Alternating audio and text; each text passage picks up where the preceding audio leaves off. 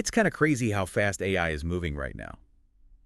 Like, did you see that there's this new open source AI model out there? It's not just keeping up with the big names, it's actually beating GPT 3.5 in some tests.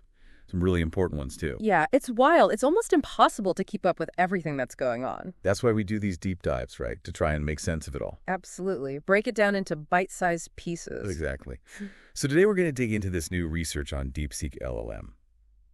This project is all about building these powerful language models, but making them open source so anyone can use them. Democratizing AI, basically. Yeah. And I remember you were really interested in this paper because it's not just about building a better model, it's also about really trying to understand how to make AI better, like in a fundamental way. The science behind it, yeah. So today we're going to try to break down this research for everyone, pull out the most important stuff, and really show you why this matters, especially if you're trying to figure out where these language models are headed. It has implications for all sorts of things. Right. So we're mostly going to be focusing on this deepseek.pdf paper that you sent over, Yeah. which has all the details on how they actually built and tested their model. All the nitty-gritty. Okay, so you always hear about these massive AI models, right? Yeah. Billions of parameters, all that. But what's the secret? How do they make them so powerful? Well, there's a whole area of research dedicated to understanding what they call scaling laws. Yeah, I remember reading about that. Basically, these laws are trying to figure out how much better a language model gets when you change certain things. Like if you make it bigger, meaning more parameters, or if you train it with more computing power, or if you feed it more data, how much does each of those things actually improve its performance? So it's like trying to find the recipe for AI success. Exactly. What are the ingredients, and how much of each one do you need to make the best AI possible? Right. But it sounds complicated. Oh, it definitely is. And what's interesting is that earlier research on these scaling laws, they didn't always agree. Yeah. There were some studies, like the ones by Hoffman et al. And Kaplan et al., that came to different conclusions about the best way to scale these models. Oh, so it wasn't like a clear-cut thing. No, not at all. It created a lot of debate in the field, like what's the best way to build these massive language models? There wasn't one agreed-upon answer. That's why this DeepSeek research is so interesting. They're trying to bring some clarity to this whole question of scaling. Trying to figure out the fundamental principles. And this isn't just some theoretical debate, right? Yeah. This has real-world implications. Huge ones. Because if we want to build truly intelligent AI in the future, AGI, yeah. we need to understand how to scale these models effectively. We can't just throw a ton of resources at the problem without a plan. We need to know where to invest those resources for the best results. So how did the DeepSeek team actually approach this whole problem of scaling? Well, they started by focusing on two specific sizes of open source language models. Okay. A 7 billion parameter model and a 67 billion parameter model. Okay, so two different scales. Exactly, and by comparing these two sizes, they could see how the performance changes as you make the model bigger. And they were basically trying to figure out, if you have a certain amount of computing power to work with, Yeah. how do you split that between making the model bigger and training it on more data? Exactly, like what's the optimal balance? How much should you invest in each side of the equation? They called this the compute budget, right? Right. That's the total amount of computational work you're willing to put in. And the question was, how do you allocate that budget most effectively? Makes sense. But it's not just about size and data, right? I remember from the paper that the way you actually train the model is also super important. Absolutely. You can have a big model and tons of data, but if you don't train it properly, you're not going to get good results. So what did they find out about this training process? Well, they looked at a bunch of different settings that you can adjust during training, things like batch size, learning rate. Those are the hyperparameters, right? Yes, exactly. And they wanted to see how these hyperparameters should change as you scale up the model and the computing power. Like fine-tuning the engine. Exactly. You need to make sure everything is running smoothly, even as the engine gets bigger. So what did they learn about tuning this engine? Well, they found that a lot of the hyperparameters could actually stay pretty much the same, even as they scaled up. But there were two that were really important to adjust: batch size and learning rate. Okay, I remember those terms. Remind me what those mean again. Sure. So batch size refers to how much data the model looks at before it updates its internal parameters. So it's like how much it learns from it once. Yeah, exactly. And they found that the optimal batch size actually increased as they used more computing power. So with more power, you can handle bigger batches of data. Exactly. And then there's learning rate. that controls how much the model adjusts its parameters with each update. So how quickly it learns. Right. And they found that the best learning rate actually decreased as they scaled up the compute. So a slower learning rate is better when you have more power. It seems counterintuitive, but that's what they found. And they actually came up with formulas to describe these relationships. Oh, wow. So they actually quantified this. Yeah. They found that the optimal batch size, you could estimate it by taking a constant value, about 0.29, and multiplying it by the compute budget, raised to the power of about 0.33. And the optimal learning rate was a different constant, about 0.31, multiplied by the compute budget, raised to the power of negative 0.125. So like actual equations you can use. Exactly. If you know how much computing power you have, you can plug it into these formulas and get a good starting point for your batch size and learning rate. And there's a graph in the paper, figure 3, that shows these relationships visually. Super practical. It takes a lot of the guesswork out of it. Okay, so they figured out how to fine-tune the training process as you scale up. Now, what about the model itself and the data you feed it? How do they figure out the right balance between those? This is where it gets really interesting. They actually challenged the traditional way of thinking about model size. Okay, how so? Well, usually when we talk about the size of a model, we just look at the number of parameters it has. Right, those are like the connections inside the neural network. Exactly. But the Deepseek researchers argued that this isn't the best way to measure how much computation a model is actually doing. So just counting the parameters isn't enough? Right. Because a model with the same number of parameters could have a very different internal structure. And that structure can affect how much computation it actually needs to do its thing. It's like saying two cars are the same because they have the same number of parts, even if one has a much bigger engine or more complex transmission. That's a great analogy. Mm. So they introduced this new way of thinking about model size. They called it non-embedding FLOPs per token. FLOPs, that's a measure of computing power. Right. Yes, floating point operations per second. And by focusing on the FLOPs per token, meaning the amount of computation the model does for each word it processes, they argued they get a more accurate picture of the actual computational cost of the model. Okay, so it's not just about the number of parameters, it's about how much work those parameters are doing. Exactly. And they even have a formula in the paper, Formula 2, that shows the difference between the traditional parameter counts and their new metric, which they call M. So M is like a more refined measure of model size. Precisely. It tells you more about the actual work the model is doing. And how did this new metric help them figure out the best model and data size? Well, it allowed them to more accurately define their compute budget as a combination of this M metric and the amount of training data. So instead of just saying, let's double the parameters, it could say, let's increase the computational work the model does per word by a certain amount.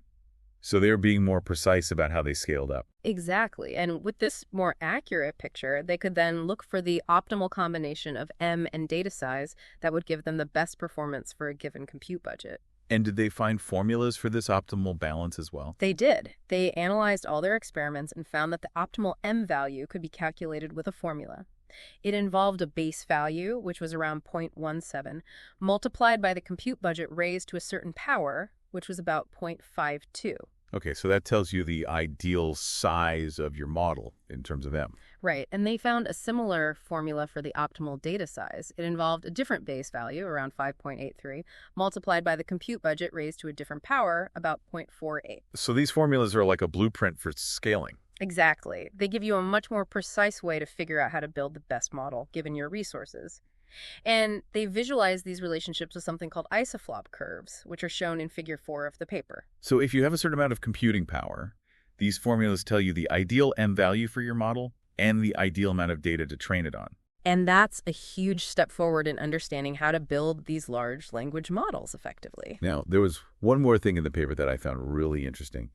They talked about how the quality of the training data itself can actually affect the optimal scaling strategy. Yes, that was a key finding. They discovered that when you use higher quality training data, the best way to scale your model actually changes. How so? Well, with better data, it becomes more advantageous to invest more of your compute budget into making the model bigger, meaning increasing that M value we talked about, rather than just feeding it more data. So better data means you should focus more on building a smarter model rather than just giving it more to read. Exactly. It goes against that common saying, data is all you need, because the quality of that data matters a lot. And they had data to back this up, right? Oh, yeah. They actually showed how the exponents in those scaling formulas we talked about, those exponents change depending on the quality of the data you're using. Wow, so the actual formulas themselves shift based on the data. Right. They looked at different data sets, their initial in-house data, their improved data, and even a public data set called Open Web Text 2. And they found that the exponent for M, the model size, was higher for the higher quality data sets, and the exponent for data size was lower. So better data means you want to put more emphasis on scaling up the model. Exactly. And this finding could also explain why some of those earlier studies on scaling laws came to different conclusions. They might have been using data of different qualities, which could have skewed their results. That makes a lot of sense. It's like another layer of complexity to this whole scaling problem. But it also highlights how important data quality is. It's not just about quantity, it's about quality. Okay, so after all this groundwork on understanding scaling laws and data quality, let's talk about the actual model they built, Deepseek LLM. They put all these principles into practice. They built this model from scratch, and they trained it on a massive data set of 2 trillion tokens. 2 trillion, that's mind-boggling. It's a huge amount of data, and they focused on both Chinese and English text. So a bilingual model. Exactly. And they based their design on the Llama architecture. Llama, that's another open source model, right? Yeah, it's become very popular in the research community. So they kind of built on top of that. Right. But they made some adjustments to it, especially in how they changed the learning rate during training.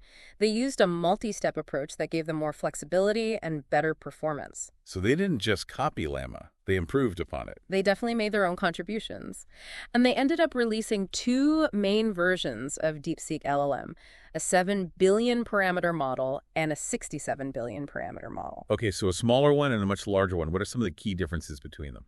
Well, Table 2 in the paper has all of the details. The 7B model has 30 layers, a hidden dimension of 4096, and 32 attention heads.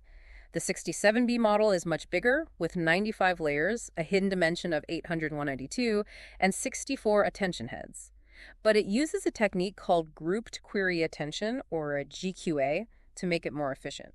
It only uses 8 key value heads, which reduces the computational cost.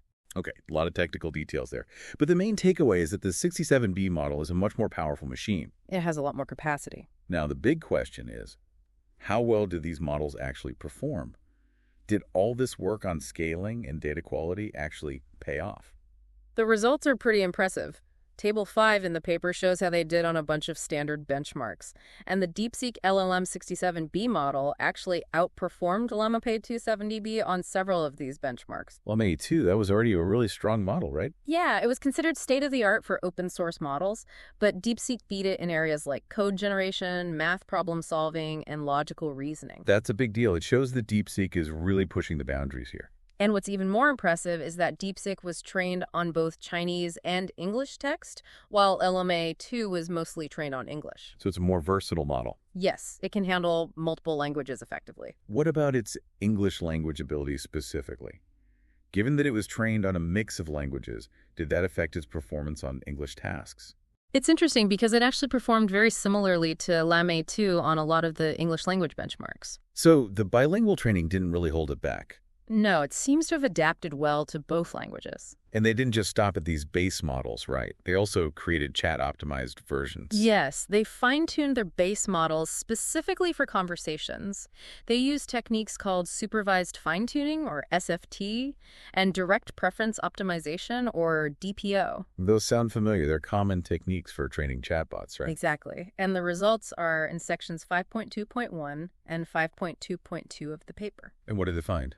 Well, the Deepseek 67B chat model actually performed better than GPT 3.5 in their open-ended evaluations, both in Chinese and in English. Wow, GPT 3.5, that's a really well-known and powerful model. Exactly. And Deepseek outperformed it after they did the SFT and DPO. That's huge. It really shows how effective their approach to fine-tuning was. It's a big step forward for open-source chatbots. They also looked at safety, right? Which is obviously super important with these powerful models.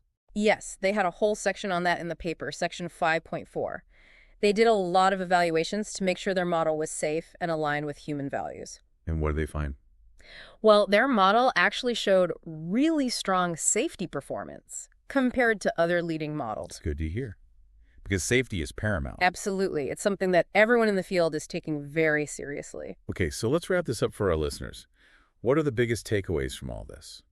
Well, I think one of the most important takeaways is that building better AI isn't just about throwing more data and more parameters at the problem. It's not just about brute force. Right. It's about understanding the underlying principles of scaling and about paying close attention to the quality of your data. So it's a more nuanced approach. Exactly. And this research also shows just how fast the open source AI world is moving. It's incredible. We have models like Deepseek LLM that are achieving state-of-the-art performance and even surpassing some of the big commercial models in certain areas. It's really democratizing access to this powerful technology. And another key point is how they redefined how we even measure the size of a model. Moving beyond just counting parameters. Yeah, looking at the actual computation it's doing with this new M metric. And that's really important for understanding how to scale these models effectively. And of course, that really interesting finding about data quality. The quality of the data really matters. It can actually change the best way to scale your model. And that's something that a lot of people might not realize. So it's not just about having a ton of data, it's about having good data. Quality over quantity. Exactly. So what's next for DeepSeek? Do they talk about their future plans in the paper? They do. They mention that they're working on building even larger and better data sets for future versions of their models. So they're going even bigger. They're also exploring some advanced techniques like mixture of experts or MOE, where different parts of the model specialize in different tasks. That sounds really complex. It is. But it has the potential to make these models even more powerful and efficient. So it's like the next frontier in AI architecture. Exactly. Well, let's leave our listeners with something to think about. If the quality of the data is so important for building better AI, Which it clearly is. what are the implications for how we collect, evaluate, and even value data in the future? It's a big question. Because if we want to build truly intelligent AI, we need to make sure we're feeding it the right kind of information. High quality information. Exactly. And that might require us to rethink how we approach data in general. To see it as a valuable resource that needs to be carefully curated and managed. It's not just about having a lot of data anymore. It's about having the right data. And knowing how to use it effectively. Thanks for joining us for this deep dive. If you're interested in learning more, we highly recommend checking out the DeepSeek LLM paper itself. It has all the details. Until next time. See you then.